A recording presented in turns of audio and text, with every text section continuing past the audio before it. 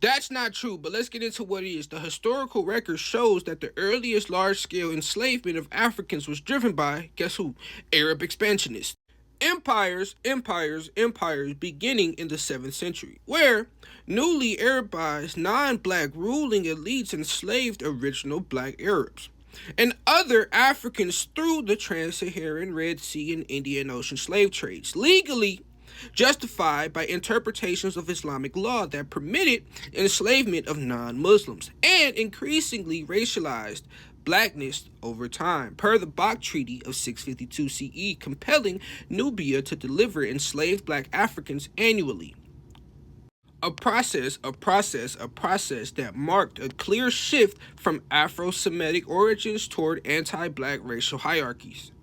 Centuries later, European Christians adopted, installed, and intensified this framework through Pope Nicholas V's Papa Bull Dom Diversas of 1452 and Romanos Pontifex of 1455. And technically, while they were doing all of this, they were indentured servants.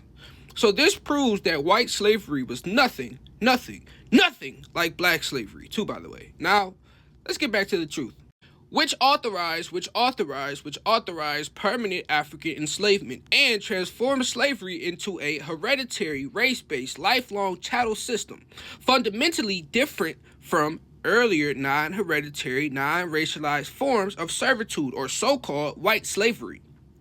Later codified in laws like the Barbados Slave Codes of 1661 and the Virginia Slave Codes of 1705.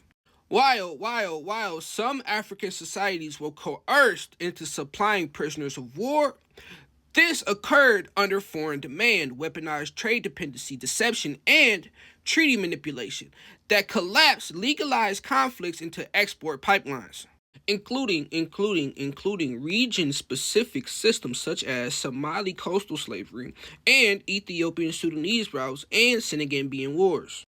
And because Arab and European empires forcibly relocated Africans across continents and around countries for centuries, renaming them, banning languages, destroying kinship records, and deliberately mixing ethnic groups, millions of Africans today cannot trace their true lineages, and they are going around acting like something they aren't. Which was a designed outcome of colonization rather than an African created system. So basically, black people didn't have a choice to sell other blacks into slavery because Arabs and Europeans already wrote it into fucking law. Appreciate you.